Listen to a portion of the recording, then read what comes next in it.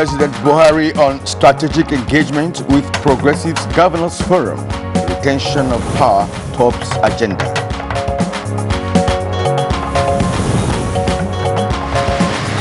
Your votes will count. INEC assures eligible voters ahead of Ekiti governorship election.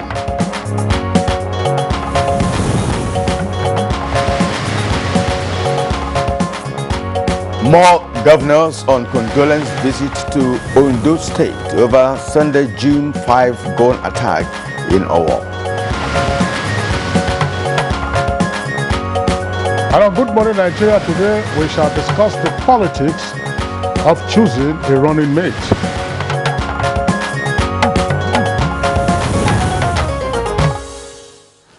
The intrigues following the emergence of presidential standard bearers for different political parties, especially the ruling party, the APC, was not without the usual horse trading gimmicks and uncertainties.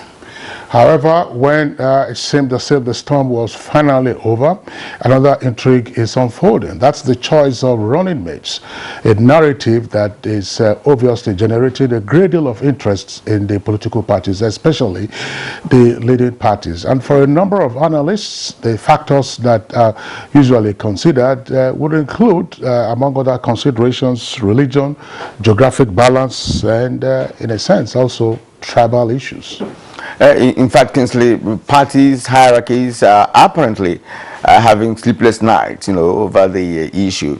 Recent events are opening up more conversations on religious and ethnic divides, and those under intense pressure appear to be the presidential candidates of the two leading parties, Bola Ahmed Tinubu of the ruling All Progressives Congress APC, and former Vice President Atiku Abubakar of the People's Democratic Party PDP, including Mr. Peter Obi of the Labour Party. Indeed, Kyria, now the choice of a running mate has become a huge task for the political parties. And they do know that the choices that they would make in their respective cases will be crucial in terms of trying to woo voters to pitch in with their ticket. And the complexity, of course, of Nigeria's secularity and other issues are very pertinent. Now, in the middle of all this, religious influence is also playing up and affecting the calculations of the political parties and their candidates. Indeed, Kingsley, and for instance, within the ruling APC, there are speculations of vested interest, with some pushing for a Muslim ticket, while others are concerned with just the geographical zoning. And also the main opposition party, the People's Democratic Party, PDP, is having a hard nut, as it were, to crack, settling for a running mate. And the contention is whether to choose a candidate from the South with particular reference to the South or the Southeast. Now, the clash of interest revolves around, as we know at the moment, Rivers State Governor Nyesom Wike, Delta State Governor Ifeanyi Okowa, and his immediate predecessor, Dr. Emmanuel Uduaghan. They are from the South.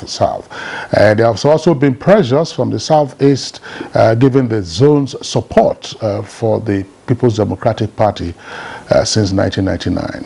All right. And those being considered for the slot in the Southeast include Senator Chimaroke Namani, former Senate President Anyim Pius Anyim, and former Deputy Speaker of the House of Representatives, Chief Emeka Ihedioha. Well, the Labour Party is also having its own tough time in choosing a running mate. And they all have a deadline, by the way, which is on Friday, just 2 days hence, in sending the names of their presidential candidates along with those of their running mates. Now, for the Labour Party, Peter Obi is the standard bearer, and there are considerations that he might settle for a northern female Muslim as a running mate. We have no confirmation of that, because some persons would argue, unfortunately, that gender issues remain a tough one in achieving a break-in, as it were, into the political sphere. Exactly, especially when you bring in the women folk, you know, in the front burner. Now, for observers, the rationale behind the Muslim ticket, it could stem from the 1993, you know, MKO Abiola and the Babagana Kingibe ticket, where they argued that breaking free from shackles of tyranny and of course obnoxious rule was more important than sentiments of religion. But this is a different scenario, you know, altogether. No question about that. Next year will be 30 years since June 12, and of course the presidential and other general elections are coming up next year. A number of analysts have argued that the dynamics of June 12, 1993 are not exactly present right now, because it's a different scenario altogether. So we shall be looking at all of these variables as we have our guests talk about the politics of choosing a running mate. And as we indicated, the deadline for them to submit the names is Friday, June the 17th. We also have a second topic that we'll all be looking at in the course of today's program, but let's welcome you to this edition of Good Morning Nigeria, live on the network service of the Nigerian Television Authority. I'm Kingsley Osadolo. All right, and of course, as Kingsley earlier mentioned, we are going to be bringing you a second topic, is a conversation on the annual marketing conference, and that will be taking place tomorrow. My name is Kirian Umayo. Thank you also for joining us this morning on Good Morning Nigeria, and we will, however, bring you our usual complimentary segments in the course of today's package. For now, let's join our colleague Ifama Ojinta, who has the morning news. Good morning, Ifama. Good morning, Kirian and Kingsley. Here is the morning news. President Muhammadu Buhari has granted audience to the Progressives Governors Forum in furtherance of strategic engagement with critical stakeholders towards ensuring that the governing party retains power for sustainable future of the country.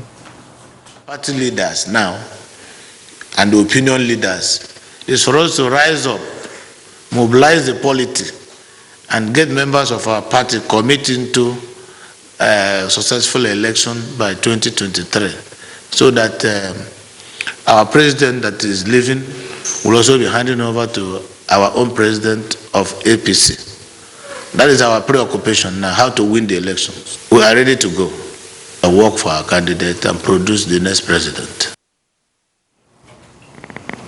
The Independent National Electoral Commission has given all eligible voters in Ekiti State a firm assurance that only their votes will determine the outcome of the governorship election scheduled for Saturday, June 18th, 2022.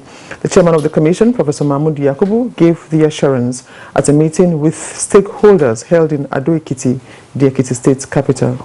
I will speak about preparations for free and fair, credible and transparent and also inclusive election. Meanwhile, the people of Ekiti State have been urged to vote the All Progressives Congress APC in the forthcoming governorship election in Ekiti State for the continuity of the good work of the present administration of Governor Kayode Fayemi. This was the message of the party's national leadership at the mega rally held in Ado-Ekiti ahead of Saturday's governorship election in the state. We want to see you come out en masse to vote for this happening. We know that Ekiti will do us proud. I wish it were Kebbi. In the meantime, the national chairman of the People's Democratic Party, PDP, Senator Iyoche Ayu, has expressed confidence that the party and its presidential candidate, Atiku Abubakar, will soon present a running mate that will be generally acceptable to Nigerians if voted into office. The PDP national chairman gave the assurance at a meeting with members of the consultative committee set up to assist Atiku choose a running mate. Ayu explained that the meeting was in furtherance of consultations aimed at arriving at a choice which Nigerians would be glad to elect into office. The meeting held behind closed door is under the chairmanship of the Deputy National Chairman North, Ambassador Umar Damagun. So the news now. Senate is to review the amended Electoral Act 2022 and carry out amendment where necessary. President of the Senate, Ahmed Lawan, stated this when he welcomed his colleagues from recess. Even though a good document is not a perfect document, so it needs some refinement from time to time to improve our electoral process.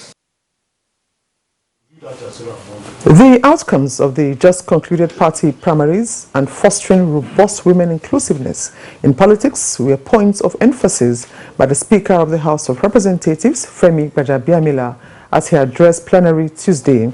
It was the first sitting after the party primaries for the 2023 general elections.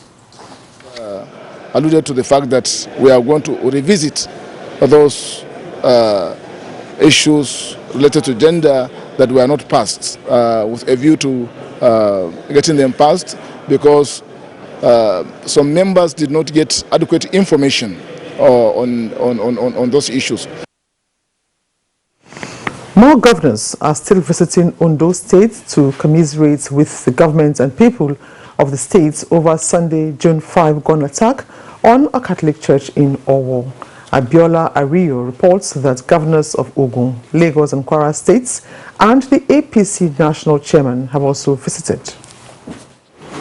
This attack, not just an attack on the good people of Owo or the good people of Ondo State, but the entire people of the Southwest. We have come to this country in peace. We have the tribe that will strive every time to maintain Nigeria, because we believe in Nigeria.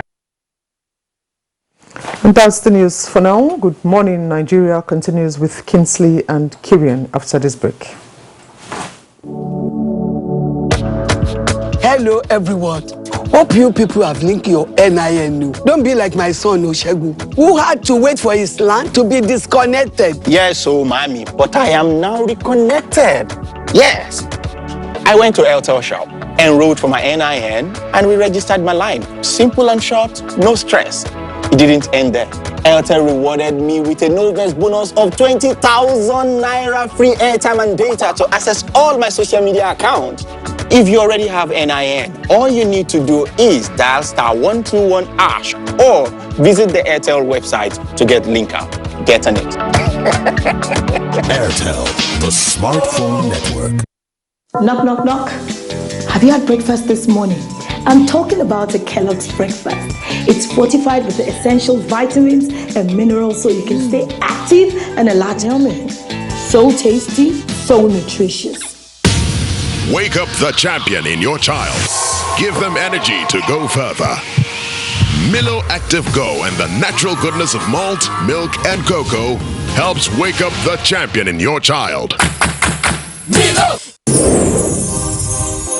A new edition of TV Guide is out, exclusively with Professor Umar Garba Dambata, Executive Vice Chairman of the Nigerian Communications Commission, NCC. We have unveiled the 622 as a toll-free line through which consumers can be able to lodge their complaints.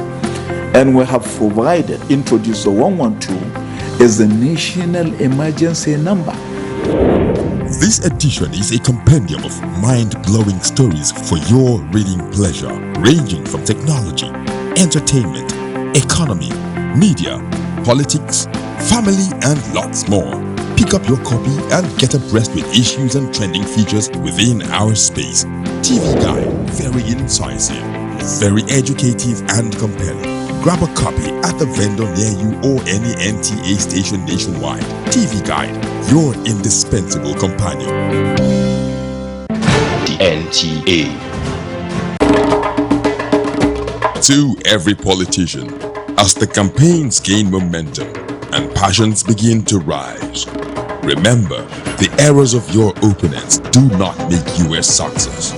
Do not run down your opponent and inflame passions to violence between and among your supporters. What counts is what you plan to do for the electorate and how you intend to relieve the sufferings and bring succor. Nigeria is in dire need of patriotic leaders at all levels. Leaders who will make national development their priority. Concentrate on telling the electorate what you intend to do when you get into office. Focus on making your vision clear to the electorate. Don't engage in verbal abuses, fake news or speeches. Keep dealing with issues that will bring progress. You win the hearts and minds of the people by being above board, by being civil, patriotic, and showing empathy. Let's join hands to make the 2023 elections peaceful. A message from the National Orientation Agency.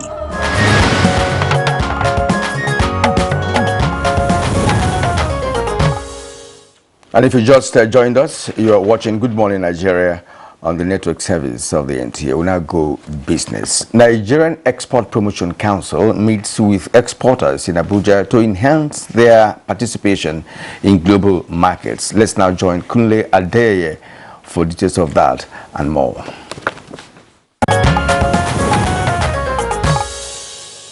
The Nigerian Export Promotion Council, in continuation of its advocacy on export trade house in Cairo, Egypt, has met with business owners and stakeholders in Abuja to further deliberate on how to take advantage of markets across free trade zones while utilizing the export trade house in Egypt to increase market access. Export trade house is a concept whereby it's a public-private partnership between the Nigerian Export Promotion Council and identified private practitioners. The essence of the export trade house is to identify a trade house where Nigerian goods or products will be shipped or transported to a specific place. For in this case, Cairo, Egypt. Such goods will be displayed, warehoused, stored for prospective buyers. You'll be surprised actually how many traders have been reaching out and they need our assistance and they need our help.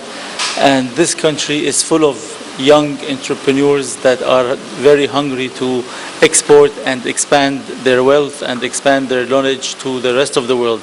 I was actually surprised of how many people, even to my office in Kano. The NEPC is looking to increase Nigeria's volume of non-oil exports to other continents as the Central Bank of Nigeria has set a roadmap towards achieving RT200 and non-oil export for development under the Race to $200 billion in foreign exchange repatriation program. With business news, I'm Kunle Adeye. Thank you very much, Kunle, for the business package. Coming up next for us now is Newspaper Review.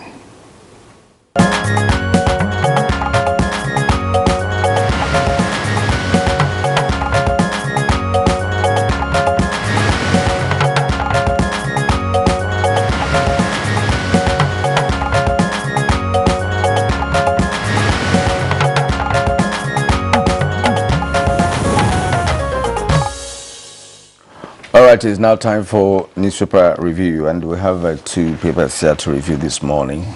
And we'll begin with the Nigerian pilot. The Nigerian pilot from top.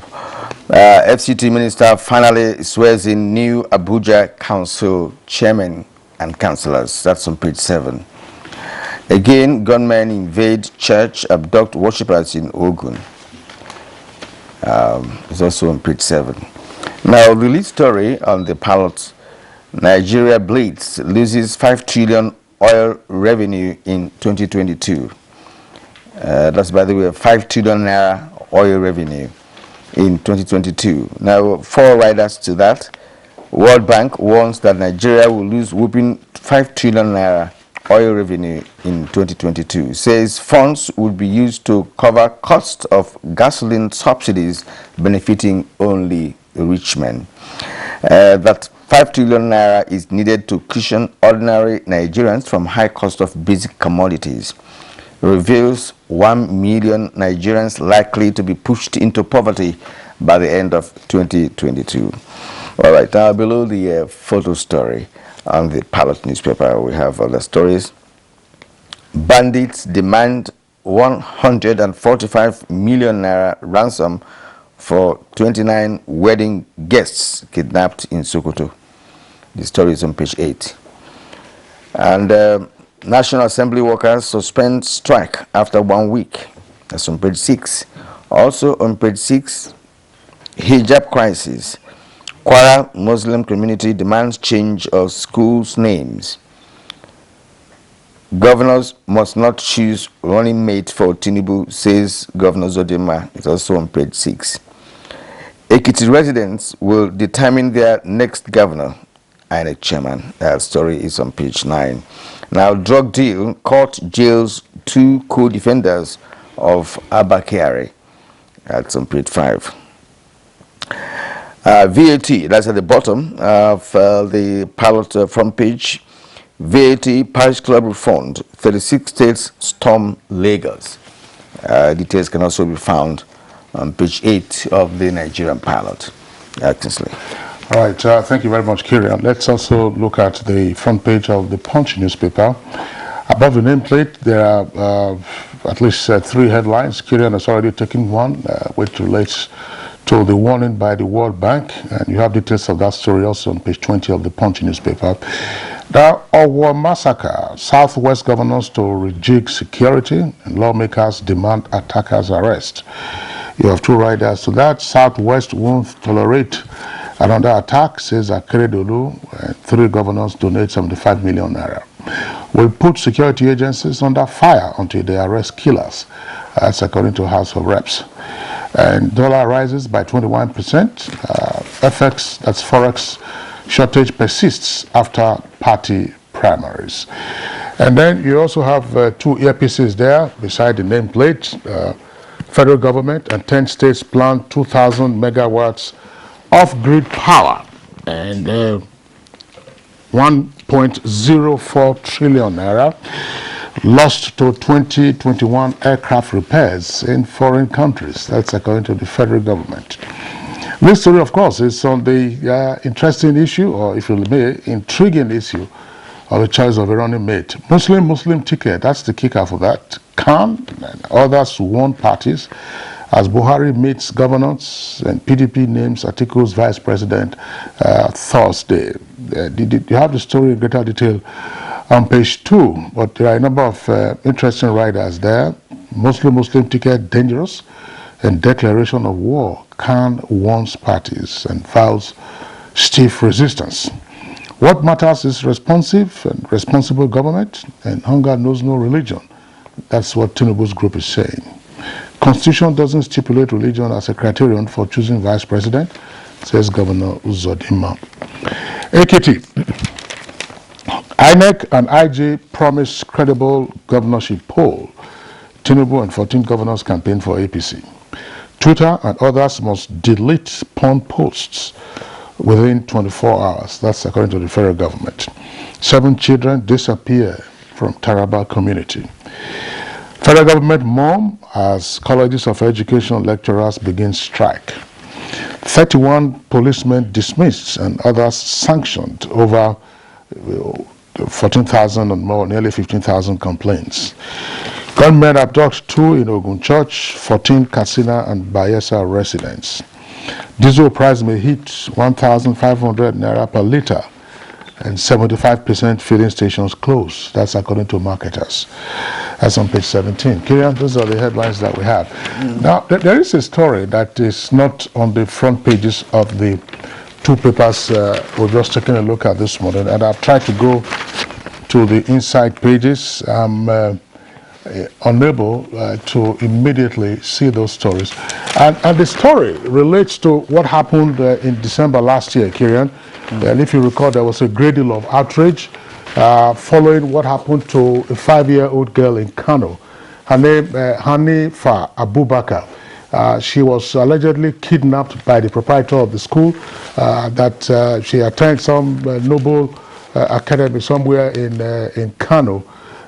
She was kidnapped, and then ransom was demanded from her parents. Ransom was paid, and it was collected. And unfortunately, the young girl was allegedly murdered, and then her body buried. There was a great deal of outrage, if you recall. That was in December last year.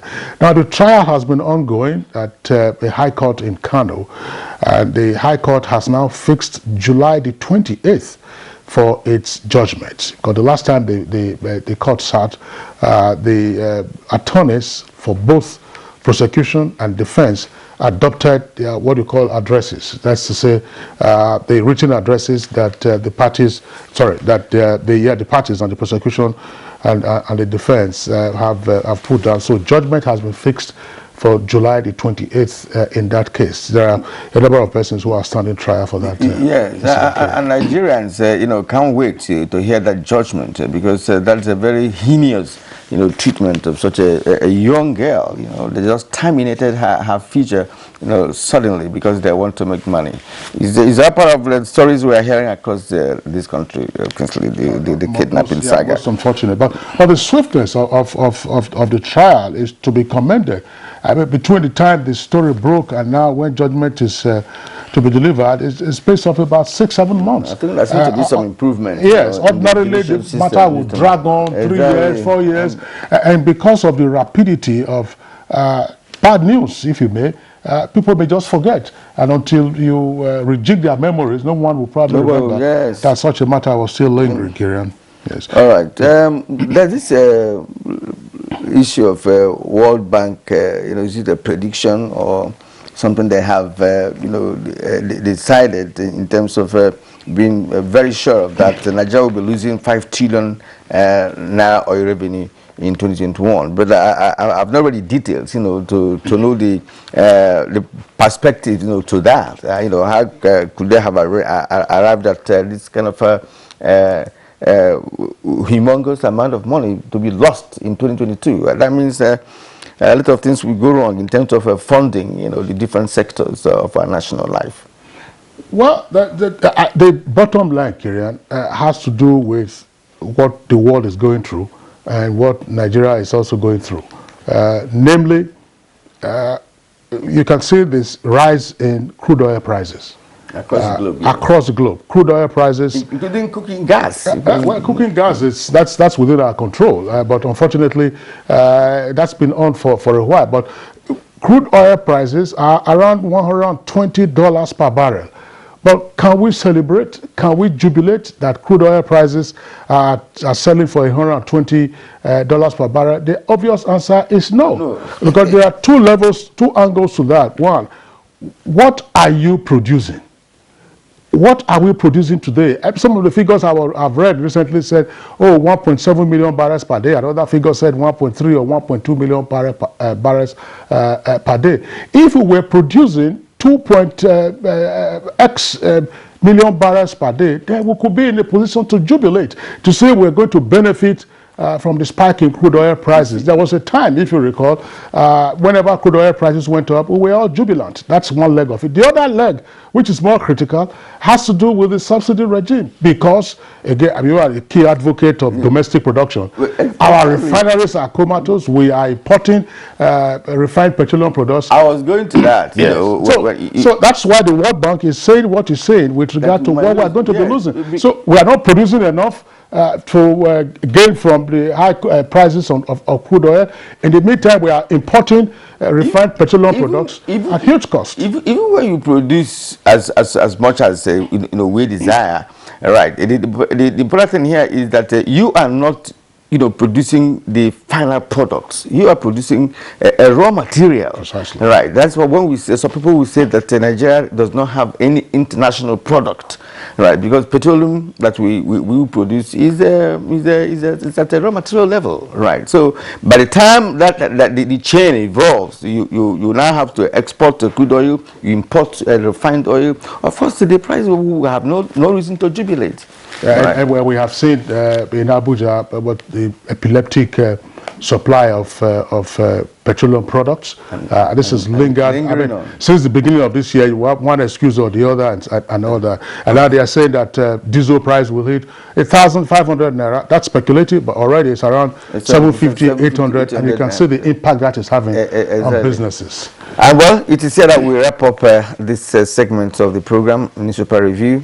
We shall return with that again tomorrow at the usual time. You're watching Good Morning Nigeria on NTA Network Service. You take a short break now. When we return, we'll focus on our major conversation this morning.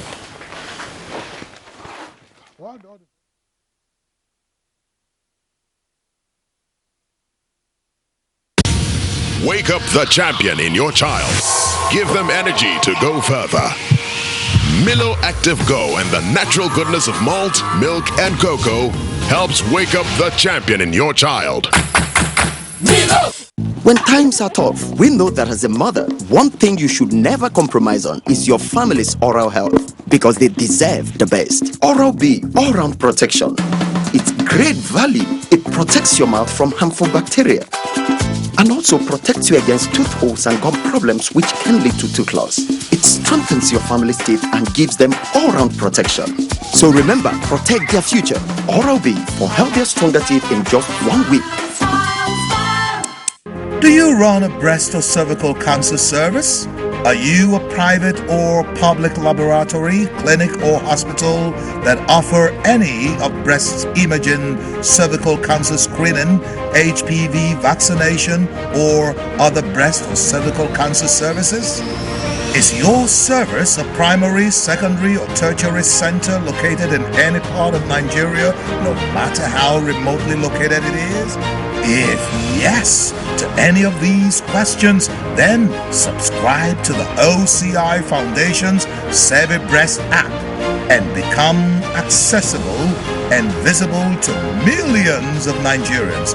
It is all for free.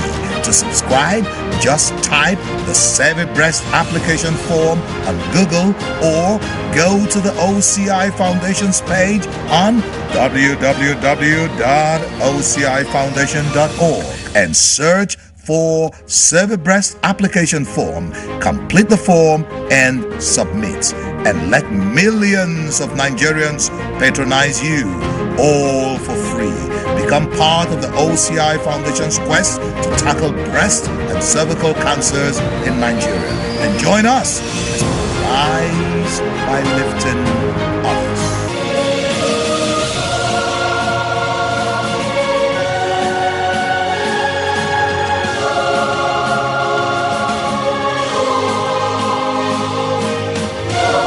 We are all Nigerians. Against all odds, we shall and must remain united. We may have our challenges, our problems, and setbacks. However, together we shall overcome them all. What doesn't break us shall make us stronger. This is the mindset that shall bring peace, progress, and prosperity to our beloved country. Do not let tribal and religious sentiments govern how you think, act, or feel. Don't be influenced by those who want to destroy our precious national unity.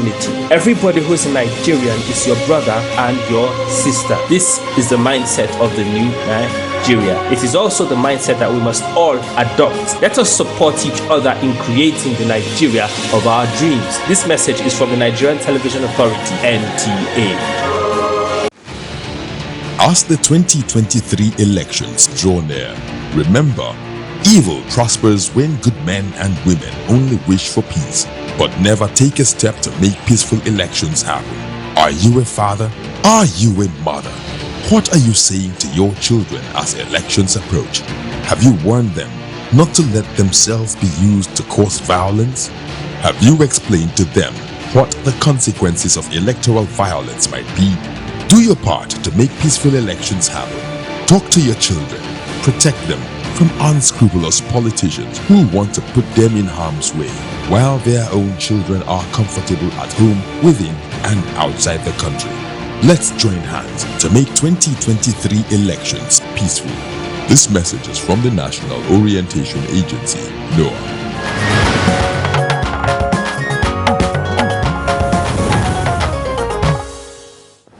All right, and to begin our conversation this morning, let's take this background report on the politics of choosing a running mate, put together by Garba Natala.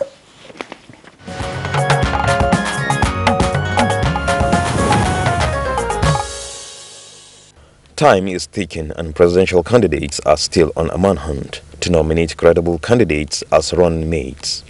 The strategic choice out of the potential running mates is expected to boost their chances of winning the presidential seat. Many believe the second man could serve as an electoral fodder to secure votes for the presidential candidate. In the quest to find a suitable mate, presidential candidates are engaging in consultations, most of which are directed towards a simple formula to balance the presidential ticket. So far, stakes are high, with just 2 days to the deadline in submission of names to INEC. Apparently, the major parties seem to be having a hard time on who takes that position. Each party is considering how to balance the different divides, either through region or regional divide, in such a way to boost their chances of winning the 2023 elections. Stakeholders in the ruling party and the main opposition have been urged to ensure national inclusion to help in managing the divisive tendencies and as well promote national unity. And that is what guests on Good Morning Nigeria shall be examining on the politics of running mates to strike a balance. Will the nomination be based on short or long-term governance considerations, and from which region?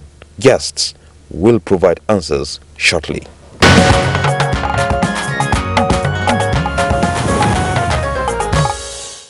Thank you very much, Garba Natala, for that backgrounder. And here to discuss this topic, welcome George Agbakai. He's a politician and a political analyst. Delighted to have you this morning.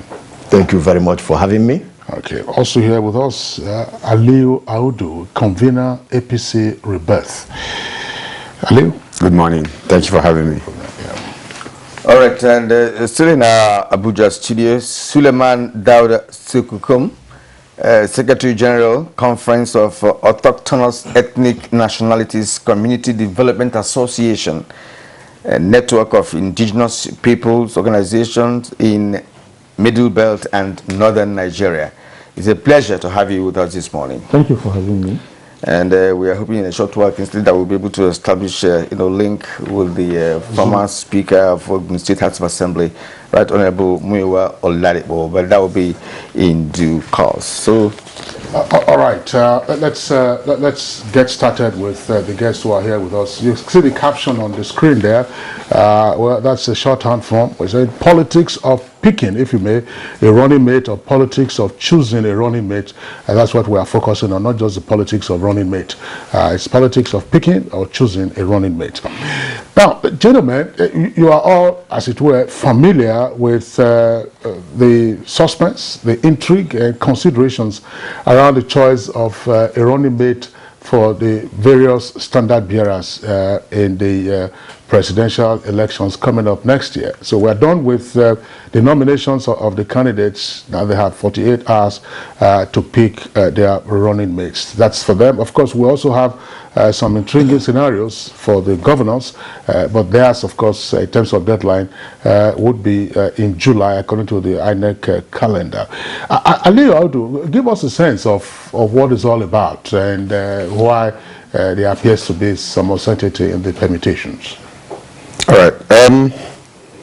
I think over the years, the choice of running mate have been a lot easier because we seem to have been preconditioned to the idea that the northern is a Muslim north. I mean, the northern region is a group predominantly Muslims, you know, and the south is predominantly Christian. So we think if we pick anybody either as a primary candidate, as a flag standard bearer, or the running mate from each of these regions, we expect that they reflect the predominant religion in the region. I mean, I am of a younger generation, and having seen what challenges we have faced, how we have been pushed along our fault lines in the country. And how all of these decisions of picking from this has not necessarily translated into promoting unity, and the danger of it, of continue along, it's like walking a plan that has not given us a result. We can't keep doing things the same way and expect different results. At some point, I am of the opinion that as individuals, as collectives, as corporate bodies, organizations, political parties, we are going to have to deliberately and consciously invest in our national unity. We're very concerned about the regional balance because Nigeria, as it were, it's a product of amalgamation of regions. So we need to have a regional balance. But religion doesn't play the same role. However, we have seen over the years, how sensitive the religion issues are. But when the time comes for us to invest and make deliberate decisions along lines that help unite Nigerians along religious lines, we seem to always pick the easier option, sweeping it under the carpet and expect that. I mean, for instance, I'll speak for my party. I'll speak for what our group is about. We want a united, prosperous Nigeria, where everyone from every part of the country sees himself or herself as a vital part of the country, irrespective of his faith. So we have done one good move in that direction by picking a standard bearer from the south who is a Muslim. We are, in a difficult position of picking a running mate from a predominantly Muslim-dominated north. But I personally and a few of my friends and group believe that there is need to balance the ticket on a religious line. That would be an investment of my party. That would be a sign of that the Progressive Party, the APC, is truly, truly committed to a united Nigeria, unlike the opposition who wouldn't take any of those things as serious as it should be. Well, leave the opposition because they're not here to defend themselves. But I think one good thing, you mentioned, because it's difficult to divorce religion from politics, especially in Nigeria. As you pointed out, we have a regional balance, or perhaps a balancing of a political equation, when it comes to the appointment of, or rather, or choosing a running mate in an election of this magnitude. Suleiman Dauda Sokokum, you are a rep of an autochthonous ethnic nationality community development association, meaning that section of Nigeria will also be required to be represented in whatever form, especially with this issue of choosing a running mate for each of the political parties. Now, what would be your thought, with respect to the uncertainties, that's the big clouding the issue of choosing a running mate for all the major three political parties, the APC, the PDP, and of course the Labour Party? Yeah, I think a major issue is the fact that though we are not doing too badly, but then we have a serious problem in terms of managing our diversity in this country. And when activists or leaders who are supposed to take decisions on the basis or try to claim that diversity does not matter, then you have a lot of problems. Because even if it has to do with just mere sentiments, people strongly believe in who they are. And some of the major forms of diversity we have in this country are ethnic and religious. And you can see that a lot of the conflicts and crises we have in the country are also ethno-religious in form. These differences are not limited to the so-called three major ethnic groups. Even when you go down to states, you find those kind of differences and those kind of challenges there. So a good leader should be able to manage this diversity, and our leaders owe Nigerians this duty to create a sense of belonging for everyone, where people will feel, yes, this country belongs to us, not that we are second class in any way. So people have asked this question silently: can a Muslim from the south emerge as the president of Nigeria? And can a Christian from the north emerge as the president of Nigeria? Or does it mean that minority Muslims in the south are completely, will never have the hope of emerging as presidents in Nigeria, so that anytime it's going to the south, it has to be a Christian, and anytime it's going to the north, it has to be a Muslim? Another big question is, must the president come from one of these so-called big three? I don't want to call them major, because they are more of regional major ethnic groups. The diversity in the country is such that every Nigerian must have the confidence as a young man and as a young woman that he can aspire to be anything in this country, irrespective of his religion or ethnicity. I think the the various tickets I see, especially of the candidates that seem to be making waves recently, presents us with a great opportunity. You have an Igbo candidate in Peter Obi. Who will he choose as his running mate? It matters a lot. And can an Igbo man be the president of Nigeria? That is a question that will be answered. Another challenging issue is, you have Atiku, of course, people argue about his ethnicity. But the question is, who will he choose as his running mate? It also matters, because you just can't have monotony in the whole system. And you have experiences in which you have a meeting, and in all honesty, the discussion is done with the intention of fairness. But the sentiments of the people out in the public will be that none of their own is at that meeting, and therefore they are not represented. We work with communities, that happens. They are the same language, living in the same village, but if you will hold a meeting and one of the clans or the families that constitute the village is not represented, the next thing is that if the decision seemingly appears not to favor them, they go against it. And it's very difficult to explain to people why that happens. Looking at the security situation we're facing in this country, the conflicts we are having, God has helped us to such an extent that some level of patience and endurance among Nigerians has not led to a total breakdown of the system. But there's a lot of suspicion. Reading the news, a lot of Christians wonder what the president is doing. A lot of people feel he's favoring his own.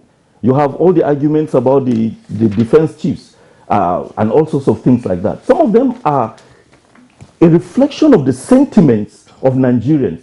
And I don't think any party should just throw away those sentiments and try to explain them by claiming that we should just go for competence, or there's no need to take those things into consideration. Okay. When you fail to do that, the tendency is, it may not be the election that will result, it may be the aftermath of the election that we may find difficult to manage. All right, Suleiman Dauda Sukukum, thank you very much for your views. You raised a number of issues, but some of them are most likely contentious. You say that there are conversations around the ethnicity of Atiku Abubakar. I think that's a settled matter. I mean, he's from Adamawa State, that's been confirmed.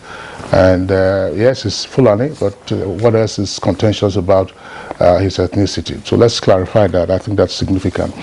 We earlier indicated that a guest will be joining us via Zoom. My colleague Kirian did that. Our engineers tell us that the Zoom is up. Now, if we can see him on the screen, that means that he's up. He's the former Speaker of the Ogun State House of Assembly, Right Honorable Muyiwa Oladipo.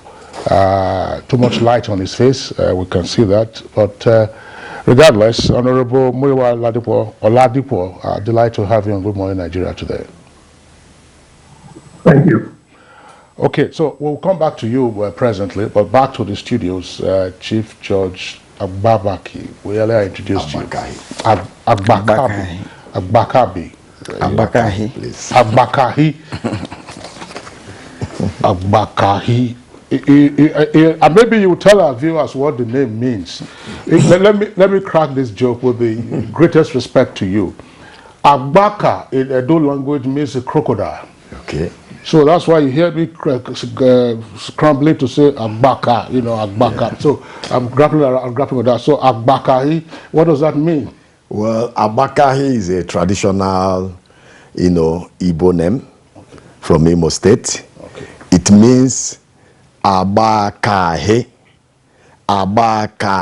which means, you know, as a man, you cannot be able to function in a society, you know, if you don't have what you can use to feed your children, put them through school.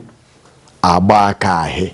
Okay, you need to have a job. You need to resource as a man. Exactly. Thank you very much. So the crocodile aspect is out of it in terms of the Edo meaning of Agbaka. Well, let's get your views now on the politics of choosing a running mate. Usually, what are the considerations? Yes. Thank you very much for having me.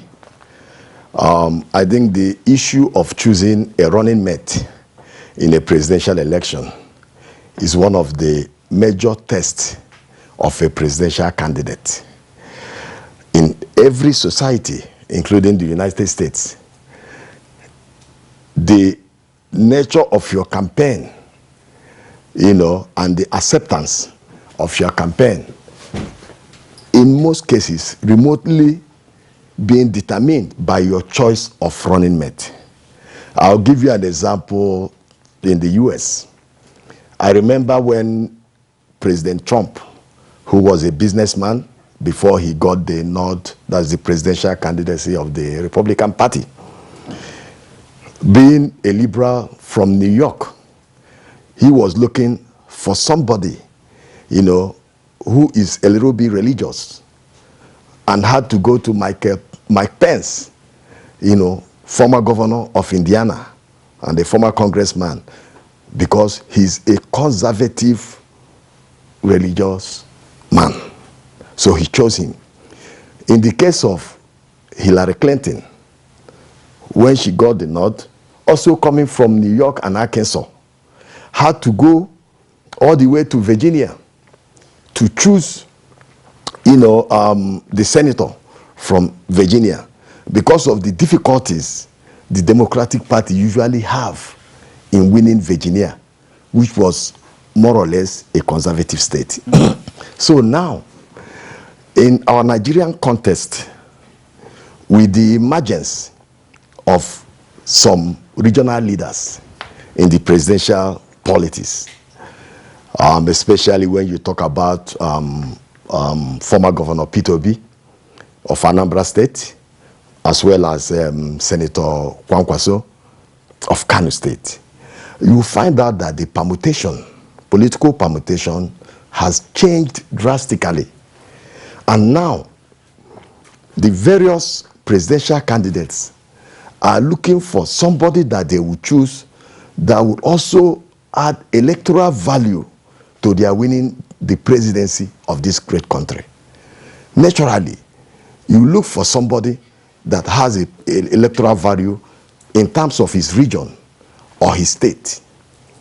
As a presidential candidate, you look for somebody who is eminently prepared, somebody who has the requisite qualification to take over from day one in case if there is any emergency on the side of the president. You also look for somebody, where you can consider the geographical balance. For example, in the APC, presidential candidate Asiwaju Bola Ahmed Tinubu is a Southern Muslim from Lagos State.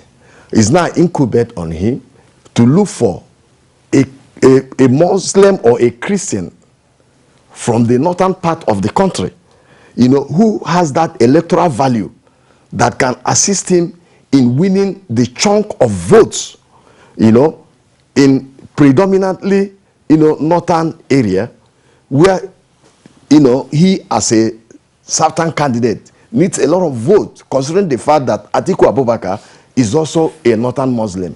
So there are a lot of permutations. You need to look at the character of the person you are choosing in question. What is his credibility? Does he have problems, with EFCC? Does he have problems with ICPC? These are issues that a presidential candidate needs to take into consideration before making a choice of, vice presidential running mate. It is very important that the presidential candidate in question gets it right, because if you do not get it right, you may have to pay on election day. All right. When you talked about those that did not have issues with ICPC or EFCC, as the case may be, it will be very difficult, really, to get some of the candidates that may not have had one thing or the other with these two graft, agencies. Yeah, but Kieran, I think that the underscore of what he's saying, that's to say, Chief Agbakahi, is namely for us to remember that it is a joint ticket. That's to say, the presidential candidate literally and constitutionally marries the vice presidential candidate, who is his running mate. So the two then become one. The two become one. What happens to one affects the other. You saw what happened in Bayelsa, where that's what it was referring, part of what it was referring to, where the running mate had issues with his identity, and just at the time the governor-elect was engaged in the rehearsal at the stadium, you know, riding the jeep around the Land Rover around the stadium and waving as he would do on the day of inauguration. A phone call came, you know, of course the person would not tell him directly, say, oh God, there's a message for you. And then we know what happened. All right. Yeah, we need to go to Right Honorable Moyiwa or Ladipo. I take it that you have listened to other guests here in the studio, and what we're looking at is the political quagmire, if you like, you know, in trying to choose a running mate in a very dicey situation. Sokokum talked about Tinubu emerging from the south of Nigeria, and he is a Muslim, and he has that challenge of choosing a running mate from a predominantly, you know, Muslim area. And he is a Muslim. So considering the religious aspect of what we're discussing this morning, he may perhaps, you know, reason towards picking a northern Christian who may not have the kind of a political, influence, you know, that he may require, you know, to capture votes in the north. That's just one example. The same thing applies to Atiku Abubakar and, of course, a P2B of the LP. So let's get your own view about this entire challenge of choosing the right running mate for the three key candidates of the key major political parties in Nigeria. Good morning once again. Let me just agree with you from the beginning that this is a political quagmire. From the beginning of this dispensation, all parties have been very careful with this religiosity.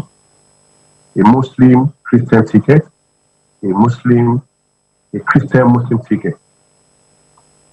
And we cannot but admit that religion is playing a very dominant role in Nigeria today. So no party, to me, no party should go into election without taking into consideration that aspect. And we have in Nigeria today, APC particularly, Alhaji Senator Bola Tinubu, Shiwaju Bola Tinubu as a man, and he's a Muslim. It behoves on the party to pick a Christian running mate. But there is a problem.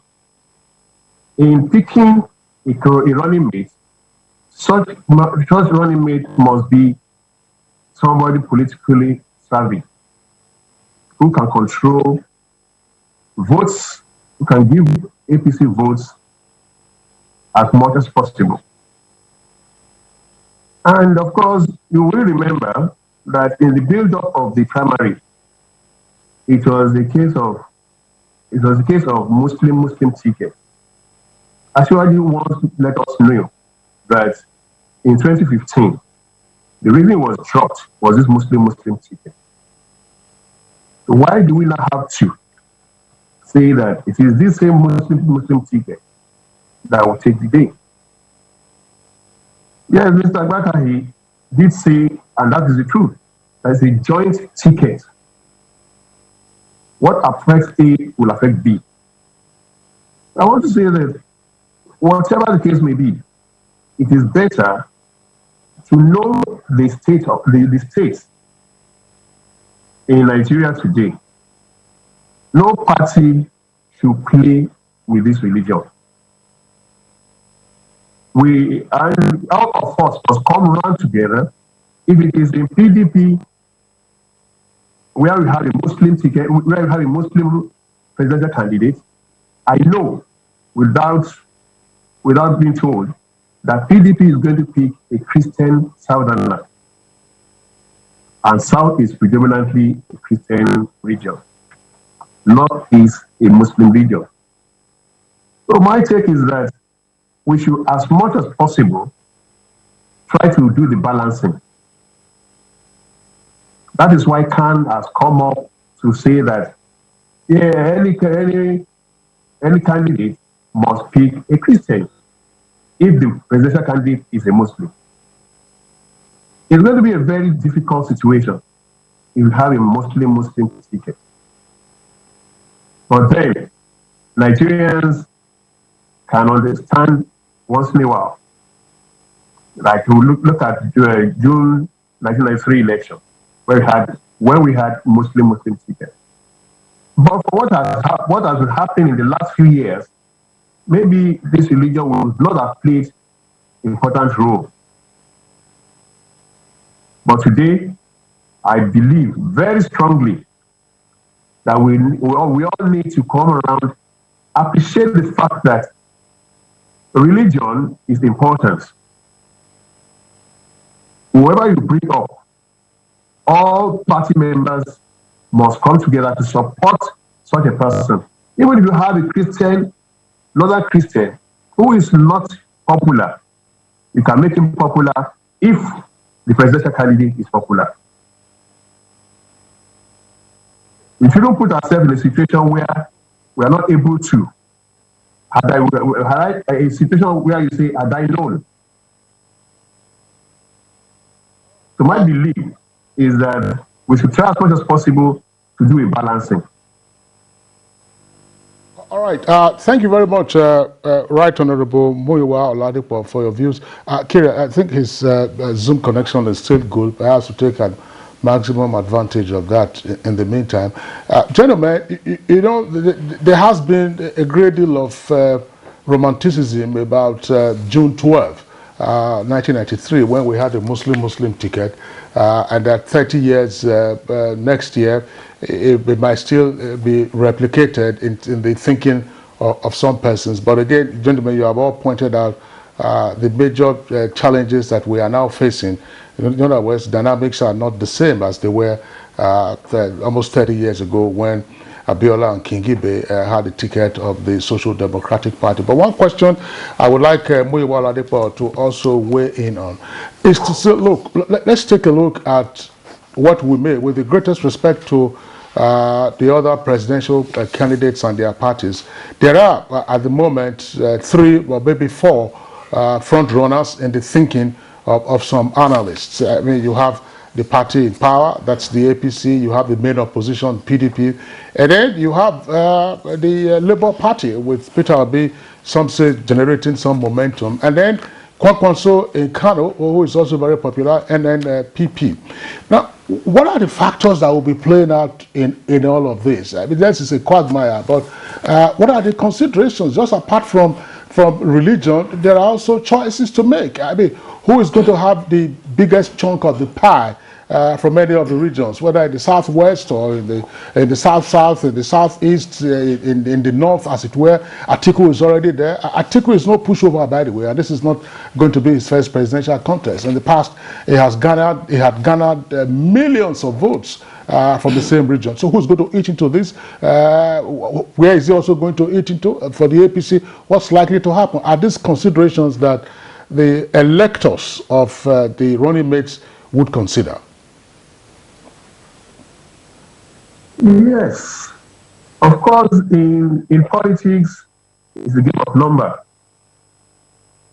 And across board, especially in the Northwest has the highest number of registered voters today.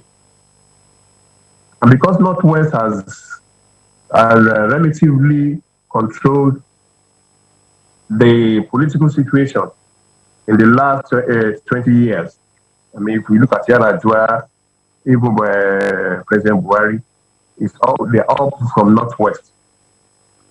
My issue is that without doubt, what matters most, aside religion, is the popularity of the running mate in his region. And that is why I think that the problem APC has today is this issue of a popular northern candidate. That's the Christian, a northern Christian. And of course, one thing is that they have taken into consideration that Northeast has not really been really been at the center, at least in the executive. And that's why they have gone to Northeast wanting to pick a candidate. But the issue is that if we are picking a northern Christian, will it be acceptable to the generality of the North? If you are picking Muslim, veto a Muslim running mate. But because what is a game of number, I think at this level, we should downplay religion. That is when you now be able to have a Muslim ticket. Will it fly?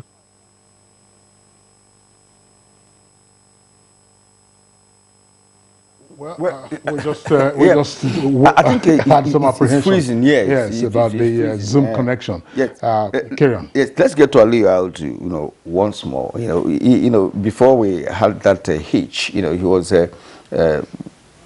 making reference to the challenge of Tinubu, for instance, who is the candidate of your party, in choosing a northern vice presidential, candidate, from northeast of Nigeria, and of course a Christian for that matter. But his worry was that that may not fly. It may not fly if he chooses a northern Muslim who has a popularity or political influence, that could also assist Tinubu in garnering vote. And although we're not from PDP, but it also be interesting for you to also look at the challenge that Atiku is facing presently in also choosing a presidential running mate from either south or southeast of Nigeria, considering the fact that as observers, have indicated that the Southeast has supported PDP all along since 1999, and the way the pendulum is moving at this moment, some are saying that he could, pitch his camp with a candidate from the south of Nigeria, which is also going to be a problem for the party. Then, in the case of P2B, for instance, for the first time he's coming, perhaps second time, he's coming to the national limelight. This time around, being a standard bearer of a party, the Labour Party, and of course he also had a challenge of choosing a northern running mate. In fact, he shouldn't even consider anything, but he would just go for a Muslim. If you ask me, I mean, Nigerians, from the northern part of the country. But will he now be able to choose someone who has the political influence in the north that could also help him to garner votes? So, put all these into context? Okay. I quite agree with the notion that, politics is a game of number. But I think that as we move, into our quest for a peaceful, united, prosperous nation, we must be deliberate about our investment in that. We must be deliberate as a people. And for my party, there are, beyond religion, there are other factors that determine, how well a party fares at the polls. And we need to, continue, we need to begin to de-emphasize religion, in choosing our leaders. Because that is the only way the ordinary man on the street will de-emphasize religion in interacting with other individuals. We pay lip service to these things, but we need to act it. We need to walk the talk. Irrespective of our running mate in the APC, we are going to have to work to gather votes. And I think half of our work has been done with the performance of our government in the last 7 years, the popularity of Mr. President in the northern region, the popularity of Asiwaju Bola Ahmed Tinubu across the country as a standard bearer for our party. Right Honorable rightly said, Northwest holds the biggest chunk of votes. Luckily for us, we have 6 of the 7 states in our party from the region. So I would expect that if our governors from those 6 states have performed well, which I think likely they have, it won't be too difficult to canvass for your party irrespective of who is on the ballot from the region. And what that will be doing, for our national unity is huge. I mean, we already have Senator Rabiu Musa Kwankwaso, whose majority of supporters are northern Muslims. That's a sizable chunk taken out of it, irrespective of our running mate from the north. We have an Atiku who has been in the game for as long as Asiwaju Bola Ahmed has been, and the bigger portion of his supporters from the north are Muslims. Irrespective of our running mate, those are votes that we are going to have to try to get off. Then we now have our party. Alio, I would know that you are for the APC rebirth. I mean, we didn't get in the PDP guy or a Labour guy to also join in this analysis. So our intention was to have a non-partisan discussion of these issues. So because I respect the point you are making and your views and your position that our party will do this, our party. But for a Nigerian who is watching us, he or she wants to have an understanding of how all of these matters will play out. That's to say, okay, we're looking at the broad permutations and talking about ideals and what are the issues, that they have a better understanding of what is behind the choice of a running mate. I want to bring in again, I will pause you, bring in again Chief Judge Agbakahi. Chief Judge Agbakahi, look, again, when you look at the entire map and the candidates who have emerged from 3 or 4 political parties to participate in next year's general elections. Kano, Jigawa, you have Kwankwaso there. And then Atiku Abubakar from Adamawa, but of course, it's got a spread in some parts of the north. Asiwaju Bola Ahmed Tinubu from the southwest. Of course, it's got a stronghold there in the southwest. And then we have Peter Obi, Labour Party. Peter Obi is from the southeast. Now, there was a great deal of sentiment about power shifting to the south, and more particularly power shifting to the southeast. And here, there's a candidate who has emerged from that zone. Now, he's a Christian from the south. Expectedly, he would pick a running mate from the northern part of the country. What are the likely considerations? If you already have somebody from the southeast, are you not going to compete with him in the southeast? If you already have somebody from the southwest, are you not coming to compete with him by bringing a running mate from the southwest? What are those issues that you think will play out on the politicals as the leaders of the parties are considering who to pick for a running mate? I think it's very important that the leaders consider acceptability, of the candidate, of the potential running mate. Look, let me tell you, like I had said earlier, in light of the current political realities in the country, the entire equation has changed, both in the southeast, northwest, and northeast. We know very well that Peter Obi, is a very popular person in the southeast, and he did pretty well as governor of Anambra State. And in the southeast, and probably in Nigeria as a whole, he's seen as an honest gentleman. Now, you also have to find out that PDP as a party had failed the southeast. Remember vividly, prior to the primary election, South in general was supposed to be the beneficiary of both PDP and APC presidential nomination.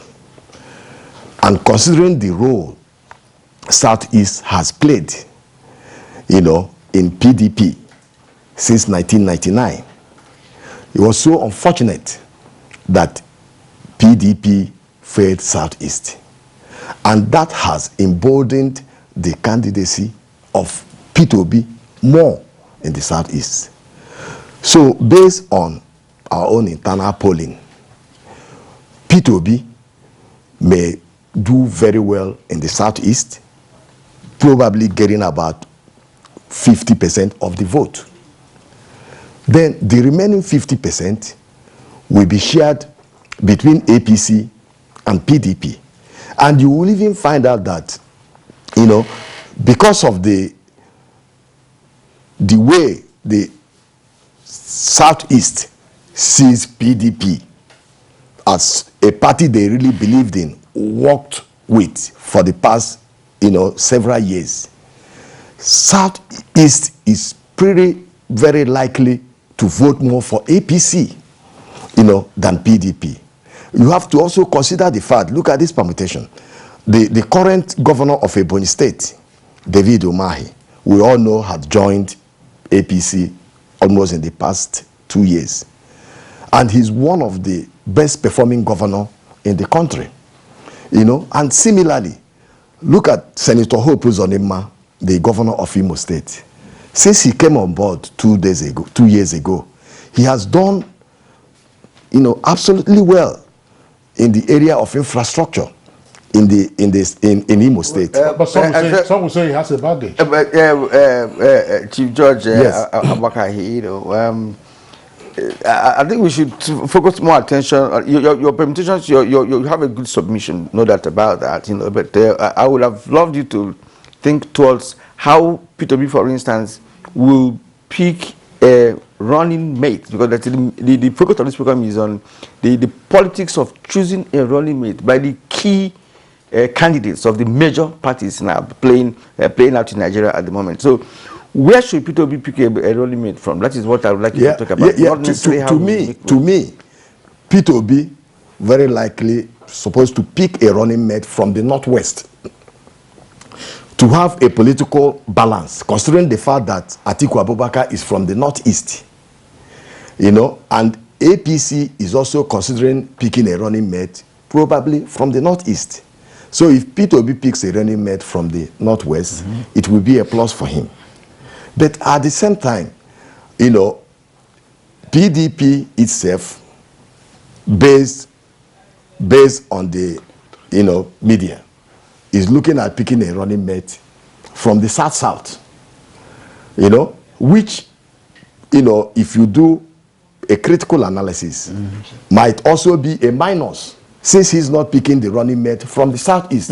That now gives room. Now that's interesting. That now gives room for parties like APC, ADC, ABGA, and P2B's Labour Party to now campaign seriously for the chunk of the votes in the Southeast. You know, then if you come to the Northwest, you know, like my brother Ali, you rightly said, Kwankwaso, as we know, is a powerhouse in the Northwest, especially in Kano State. You know, and Kwankwaso himself, quite all right, may have to go to Southeast or South to pick a running mate. He may even go to the Southwest to pick a running mate, you know, so to see as if he's going to take some votes, you know, from Asuwaju in the Southwest. Why? Because we know that in the Southwest, Asuwaju Bola Ahmed Tinubu is a household name, you know, considering the role he has played, you know, as a political coach in the Southwest, where he has empowered a lot of people, and they revere him in the Southwest. So Kwankwaso might try to get into Southwest to have a pinch of their vote. So that's basically the permutation, and that's why you see APC heading to Northeast, so as to divide, you know, votes of Abubakar Atiku. And apart from going to the Northeast, they are going to the far Northeast. They are considering far Northeast. You know, they are considering Borno State, they are considering Adamawa State, they are considering Yobe State. So those are the permutations. There are a lot of intrigues, and you know that politics is pretty dynamic. That's right, that's right. Chief Abakahi, thank you very much for that elaboration. I'm just wondering if Honorable Muyiwa Oladipo is still with us there via Zoom, so that we just take in one last time before we come to the studios and then sign off the guests and then go on to our second topic. Honorable Muyiwa Oladipo, say a word or two about the reported role of governors in the choice of a presidential running mate. We hear that governors are meeting, of course. We also hear that any one of them is also being considered. But what should this be ordinarily? I mean, is it your responsibility? What voice should the presidential candidate himself have in all of these considerations? Very quickly. No doubt, the governor's voice is a very strong and powerful one. But that's not to say that the running mate to actually Bola Tinubu must be a governor. Maybe a past governor, maybe a serving governor. It should not be tied to that, in the sense that actually Bola Tinubu's running mate must be a governor, a serving governor, or a past governor. What matters most is a person. We are still having issues with that Zoom. And just before we, conclude the program, well, I'd like to return to Suleiman Dauda Sukukum. You listen to others, right? Yeah. So I'd like to make your own comments. Now, we are now, thinking about the permutations with respect to the three major parties, who are now working towards picking presidential running mates from different parts of the country. Very quickly. Yeah, I think this is going to be one of the most interesting elections we're going to have in this country. But we need to understand that politics is both an art and a science. And if you're not pragmatic about your permutations, the tendency is that you may just make mistakes by just taking decisions that may not work out. The issue is that there are patterns of voting among our various geopolitical zones. If you go to the northwest, for instance, the fact that you pick a vice president from the northwest does not guarantee that you're going to get their votes. They have a pattern of voting. Mm-hmm. If you come to the middle belt, the north central and others, they have a pattern of voting. And then with some of the factors coming in that you have candidates, for instance, from the northeast where Atiku is well established, getting the total votes of the Northeast means you have to have your calculations properly done. The same applies to going to the Yoruba side. Some of the sentiments are not pleasant to talk about because we want to project a positive image of the country. But the reality on the ground is that ethnicity will come in. Most Igbos will not vote against Peter Obi, for instance, just as the chief said. If you go to the Northwest, the question is, if the Northwest are going to, for instance, vote on the basis of religion, will they prefer voting for a vice presidential candidate, or will they prefer voting for a presidential candidate? And I think these are important things that will help with the decisions. All right. I think we'll still have time, maybe in the future to discuss this topic before the final day for submission of names for the vice presidential candidates by INEC. So, on that note, we'd like to appreciate all of you for being here this morning. First, Chief George Awakahe, politician, and of course, a very key figure in our Asiwaju campaign organization. Thank you for coming this morning. Thank you very much for having me. Ali Audu, convener APC Rebirth. You say you have to go and work. Really, it's time to work. Okay, we appreciate you being here this morning. Suleiman Dauda Sukukum, Secretary General of Conference of Autochthonous Ethnic Nationalities Community Development Association. Thank you for being part of our program this morning. And we also would like to thank the former Speaker, Ogun State House of Assembly, Right Honorable Moyowa Oladebo, who joins us via Zoom from Ogun State. All right, and that does it for the first leg of our conversation this morning on Good Morning Nigeria. We'll take a short break now. When we return, we have on our hands the marketing conference, which will be coming up tomorrow. Stay with us. Wake up the champion in your child. Give them energy to go further. Milo Active Go and the natural goodness of malt, milk, and cocoa helps wake up the champion in your child. Milo!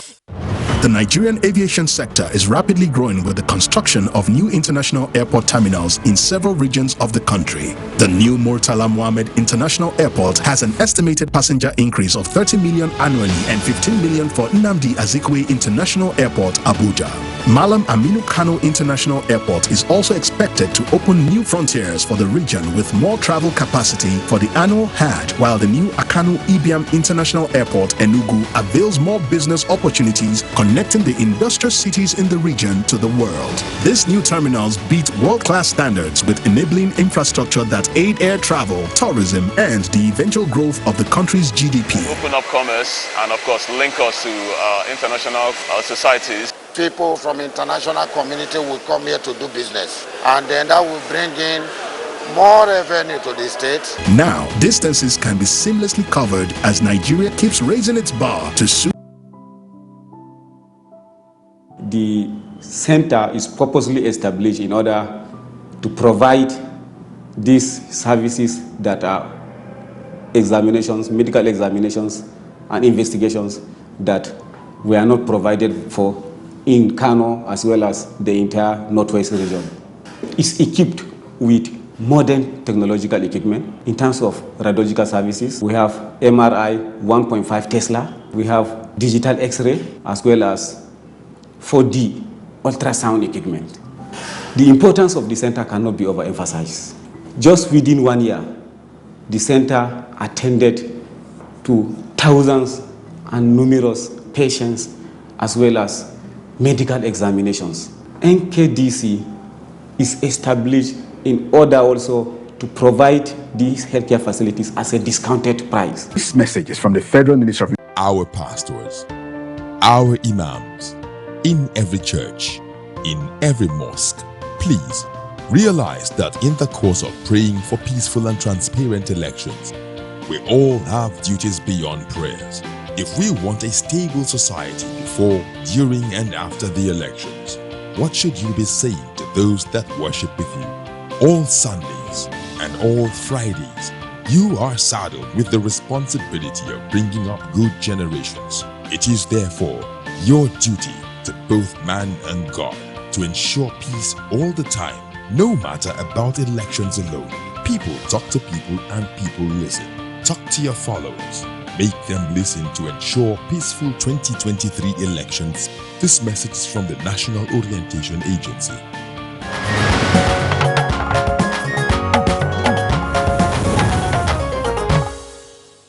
You're watching Good Morning Nigeria live on the network service of the Nigerian Television Authority. Now, the National Institute of Marketing of Nigeria, NIMN, has scheduled its 2022 annual marketing conference as well as its annual general meeting to hold on the 16th through the 17th of June 2022. And joining us from our Lagos Network Center to talk more about the conference is Idi Enang. He's president of the Institute of Marketing of Nigeria. Idi Enang, I'd like to have you on the program this morning. And good morning, distinguished viewers. It's good to be here. Also part of the conversation is Chioma Afe, who is the chairperson of the planning subcommittee of the annual marketing conference. Chioma Afe, if you're there, it's our delight to have you also on Good Morning Nigeria. Thank you so much. It's a pleasure to be here.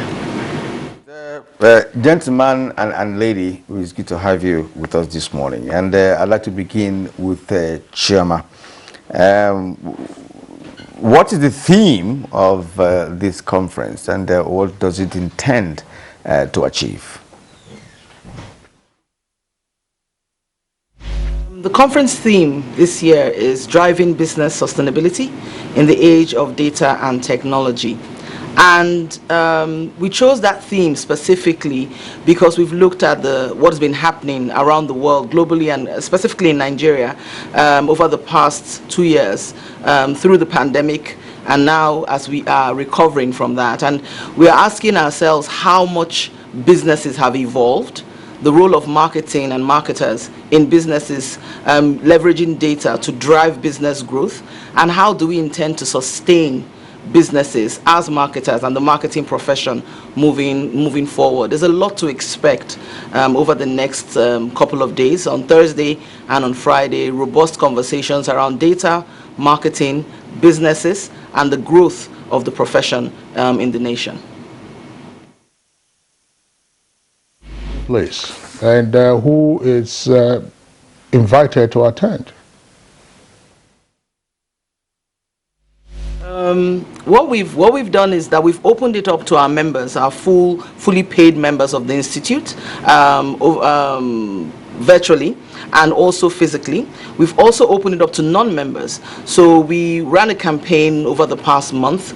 We pushed out flyers, we had engagements, we had ads that encouraged members and non-members to register for physical attendance. We had limited slots available, as you know, and then we also, following that, opened up for non-members as well, non-members of the institute. We encourage our corporate partners as well. We've got quite a few corporate sponsors, and their marketing teams are also encouraged as well to attend. So the public, you know, marketing, I think, is at the heart of everything we do these days. Everybody's trying to push a product or push their personal brand in some form.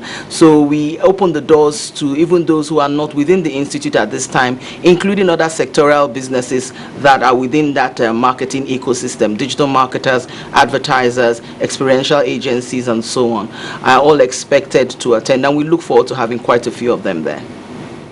Okay, thank you, Chema. Let's go to EDN. EDN, how will the conference, be able to change the narrative of marketing in Nigeria? What is it all about?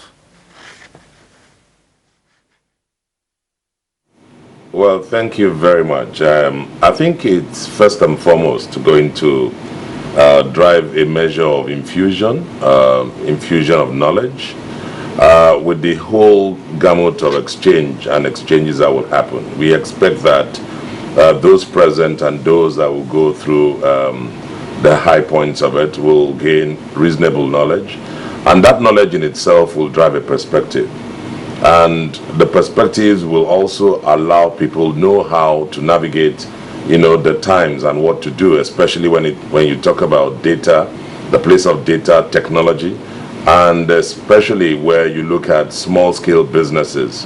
They are the ones that really look at this in with some pinch of salt, but they need to understand that it's key. And finally, the perspectives will gravitate into convictions that will make them see themselves as, hey, we are here to drive sustainable businesses and ultimately build our economy. I'd like you to also weigh in on the question I asked. Maybe Chairman didn't quite respond to that. Where is the conference taking place? The conference is taking place tomorrow at the hotel. It starts at 10 a.m. And I know that we also have our AGM, annual general meeting, on the 17th, the same venue. So it's taking place on the 16th, tomorrow at 10 a.m. What is the nature of the conference? Will there be a lead speaker? And what is the title of the paper of the lead speaker? Will there be a discussion of the lead paper? Will there be breakout sessions? What is the nature of the conference? Okay, I'll more or less set the tone, and I'll let my chairperson, as my boss, she's the one in charge of it, to speak to it. The keynote speaker we have tomorrow is Mr. Kelechi, I beg your pardon, Mr. Kola Oyeyemi. Kelechi is one of the panelists. His name I was talking about him before we went on air. Kola Oyeyemi comes in with a vast experience, and he's been in marketing. He's also been very strong, working as a senior executive of MTN, running his own outfit now. So he's going to taper his paper around the theme of the conference, and then we have two sets of panelists, panel sessions, which I'll swing that over to Choma to speak to. Okay, so We've got two panels. The first panel will be moderated by Angela Makinwa, who is a business director at EXP, Experiential Agency. And that panel is themed Disruptive Marketing. And I think what we're looking at there and what we hope to come out of that, those conversations, is what has changed, what has disrupted in marketing over the past 2-3 years. How have businesses disrupted their model using marketing over the past 2-3 years. So we have on that panel Kelechi Musu, like ID mentioned.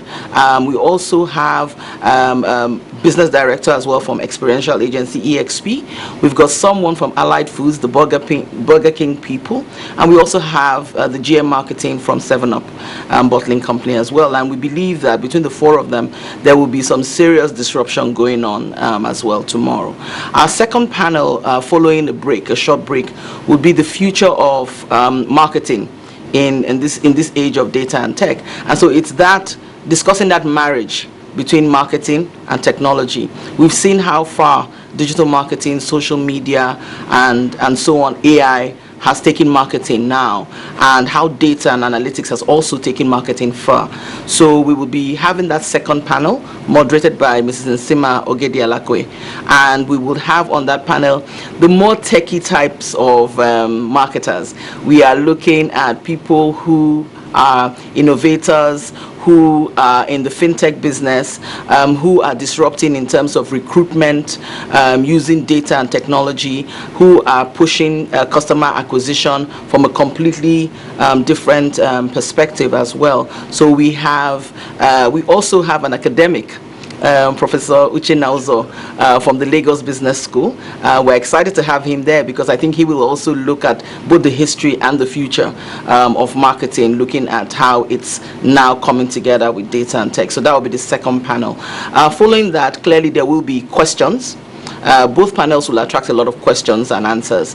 We will discuss all that, and then we'll all wrap it up at the end of the day, looking at what are the key points, the key highlights, what is the take forward. We also have a perspective from young marketers and mass communication students, which we'll be sharing on the day on how they see marketing and how they see the future of the profession in Nigeria and the impact that we believe NIMN will start to play when it comes to grooming these young marketers in Nigeria. And then we will then move on to our highlights, which is the induction of our fellows. Following the conference itself, we'll then induct our brand new fellows for 2022. Thank you. Well spoken from our chairman planning subcommittee of the annual marketing conference. But let's return to EDN and the president of NAME. Nigerians are so good, when it comes to planning and the implementation of a plan. From what we've heard from both of you, it does appear that you have a very well articulated, planned conference that will take place tomorrow. Now, beyond just the talks, she has mentioned a number of professionals, who are going to be speaking tomorrow, and the panelists who are also gifted and professionals who are going to make contributions on various topics, that will be discussed tomorrow. But ordinary Nigerian would like to understand how all of this, will impact on marketing as a profession in Nigeria, and how, marketing has played a role in overall national development. Well, thank you very much for the question. I guess, starting from the dimension you looked at it, clearly we are very, very succinct in terms of visioning. We knew last year we were going to look at digital aspect of marketing, and then we also knew from a vision standpoint that we needed to reactivate and energize the atmosphere, especially with our ecosystem. And we needed to provide a perspective as thought leaders within the marketing industry and as it were. However, like you will always find in everything, you would always have certain limitations that would not allow you put on the full gamut of it. And I must say that, the committee has done extremely well. It's been a tough ride. It looks very dandy on the surface, But, I'd say congratulations to Choma and our team, and indeed the entire chairman of the several committees that are putting this together. There's some good hard work and work going through, so that cannot be taken for granted. That said, what is the way forward? Choma landed at a point where we hope to come out with all of the brain-busting thoughts, ideas, and dimensions that will come through. This will become more or less, will be salvoed as a communique, which we will take in, internalize, and the governing council will then take that in a perspective where we will then iterate it within the confines of our ecosystem. And I'm talking about our stakeholders, we're talking about our members, we're talking about our corporate members, individual members, and within the specialties within marketing, whether we're talking about communications, digital marketing, experiential marketing. Each of these arrowheads will then understand how that works, because they are clearly the professionals that serve the system you just mentioned. So whatever you're looking at, the ordinary Nigerian out there who has a business, he needs a professional marketer to help him navigate through the pangs of whatever he may be going through. You may think, oh, I can do it. Everybody seems to agree. I am a marketer, I market, I do whatever. Hey, there are people that are professionals. Professionals are professionals, no doubt about that. And that's the place we expect the impact to be made. And then following through, you talked about government, and to the nation, as it were. I think first and foremost is to really see and ask ourselves as core marketers, the country and indeed the entity called Nigeria must begin to ask itself, what is our DNA? Our DNA is going to express a dimension that allows us to understand the nature of where we are. So today, from a demographic standpoint, we have a lot of young people. And what is driving the young people? What are their motivations for choice? And how can we utilize data, technology, and communicate with them? And I see us playing a credible role in supporting whatever the government will do if they are willing to allow us serve and do the right things. We have professionals, we have world-class brand builders in the institute across the various associations that are in tandem with marketing professionals, as it were, and each of these professional groups can bring something to the table. Ultimately, that will lead us to a point where as a nation we are very productive, and the productivity in itself will galvanize the economy, and ultimately what happens, we all get prosperous. And that's really what it is, because marketing is business and business is marketing. That's it in summary. Thank you very much, Idiana, for your views. Back again to Chioma Afe, who's with you there in the studios. Chioma, the focus of the conference, and obviously what marketers have been dealing with in recent times and will continue to deal with, issues around data.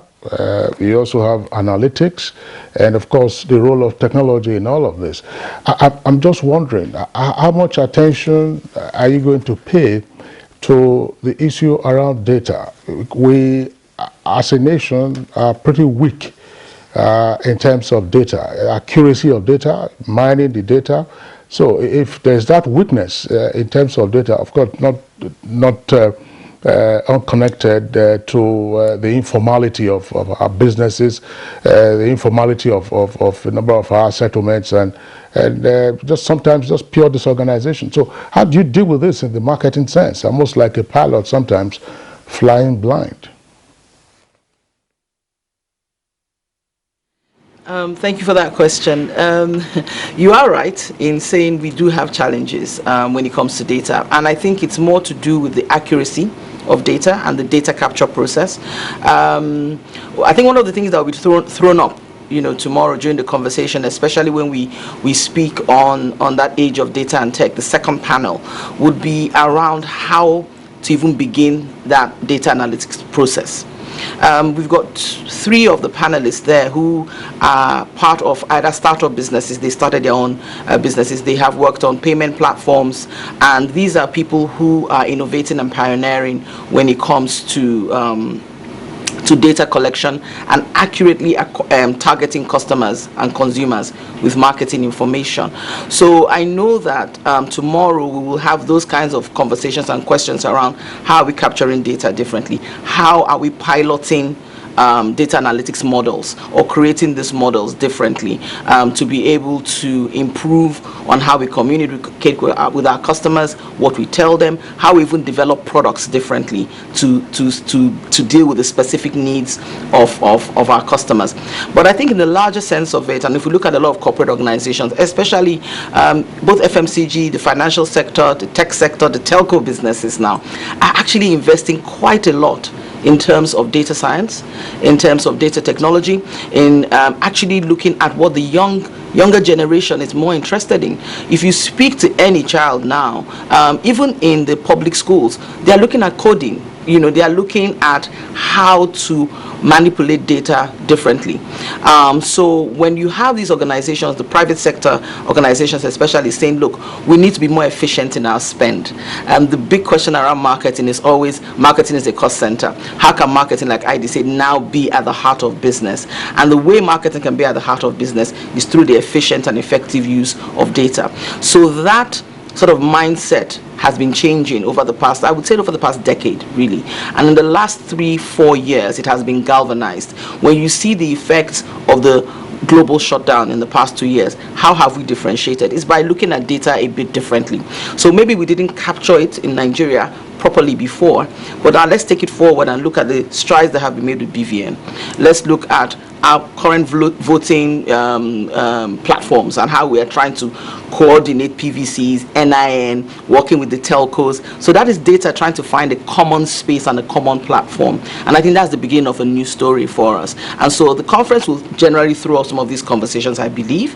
But more importantly, a lot of businesses and people, both small, medium, and large, are actually looking at data differently and how to use data differently and investing in mining it differently as well to suit the business and to enable that business grow and actually be much more efficient in its output.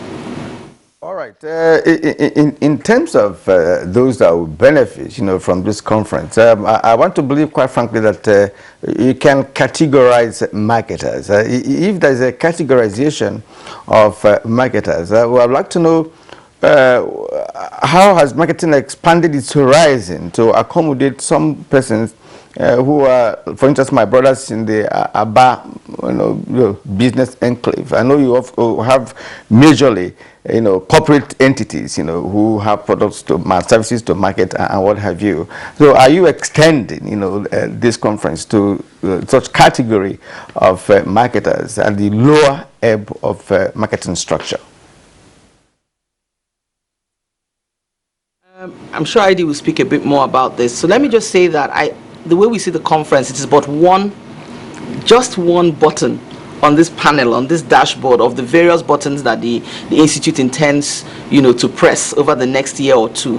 The conference allows us to engage with a limited population, granted. A lot of them are within the private sector. A lot of them are situated in cosmopolitan cities, granted. We do have, like I said, access to online viewership. Live stream of the conference, and that window is still open for now. So we expect our brothers and sisters, wherever they find themselves, to please check on our website, and you would find information on how to participate online and be able to watch the conference, ask questions, and so on and so forth. But I think what the Institute is doing is providing that platform for learning, providing that platform for networking and engagement through its various other programs, including its state chapters. Now, the state chapters is also a platform where you may not be in the key cities or at the center, but you will be able to tap into the learning opportunity or the engagement opportunity. Doesn't matter where you are, but that you practice marketing and being able to make it more of a profession than just something that you do to let your business grow. Right? So the Institute, I believe, is doing a lot more around sort of spreading that message, spreading that word, democratizing that process, and reaching out through our various chapters to the various communities that would need that support and that push, So, but I think ID will probably expatiate on that. Yeah, thank you, Chema. I believe that as we look at our setting, I do agree with you, there's an informal sector and there's a formal sector. Clearly, this is about the formal sector. However, how does this ultimately morph into the informal sector? The platform that we have is to create a learning organization, a learning institute, and by so doing, we encourage, and that speaks to the cadre of membership. So we have the student members, we have the graduate members, we have associates, full members, and then fellows. Now, for a gentleman or lady who is an informal business person, he or she may continue doing what he or she loves doing. That's a vocation. That does not make them a professional. But if they choose to come through the rungs to be seen as certified marketers, then they need to engage at one of those levels. Now, if you are out of the university and you study marketing, you'll come in at the graduate marketing membership standpoint. And then the associate to fellow, they have the various criteria for membership. But studentship means that you will have to go through some course, you have to go through examinations, and you need to have some degree of certification. That enhances the value of what you're practicing. It's almost like saying to yourself, there's a method to this madness, and I can see it. There's an art and a science to it. And I think that's where we are at. Now, as we go on, based on what Choma said, one of the key drivers for us, the Institute especially, from the Governing Council that we are driving is looking at our membership and then looking at a way of driving inclusiveness. And by this inclusiveness, we are looking at optimizing the clusters as they are. So you've just talked about the informal, my guy out there that is, hustling and XYZ. Now, within that cluster where we will be setting up those clusters, he or she will have an opportunity to interact with professionals, and that by that singular opportunity may then decide to say, I could do this much better than I've been doing. And the influence factor begins to kick in. So it's a case of driving an infusion process, but by merely creating an ecosystem that accommodates others, and we start building the blocks as we go on. So that's the way we will be taking it as a professional institute, and ultimately we'll have a lot more marketers signing the creed of professionalism. Idiana, very quickly, we're pressed for time now. Earlier you talked about brand builders as part of the marketing family, and of course anyone would say straight away that brand building fairly more easy for services and products. And then when you get onto the political arena, where you're trying to build the brands of individuals or build the brands of entities, Nigerians would argue that we have sometimes now run into what some may describe as offensive propaganda, where claims do not match realities. Why is this happening? Well, I think it's normal. Every brand is a business, and then from a marketing standpoint, I think the prism to which marketing activities happen, or brand building activities happen around a person. So in identifying what you need to do by way of positioning, you cannot get anything out of your ultimate user, end user, customer, consumer without having a clearly defined positioning. You must actually understand where you're heading. So today, in that process, if you're looking at personal brands, just like you would also have brands that people consume, there are times when things don't go well. And when those times happen, the feedback mechanism by way of research, by way of evaluation, by way of having the custodians, whether they are brand managers or the professionals, being able to say, hey, we need to work on this.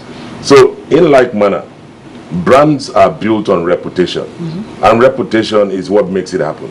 So if an individual continually speaks to falsehood, is building a reputation, then someday you will hire a professional to help clean up. You don't clean up what you've created over the years. And I think that's what's very, very succinct, and that's what's very, see how we can turn that around. But it is part of the process,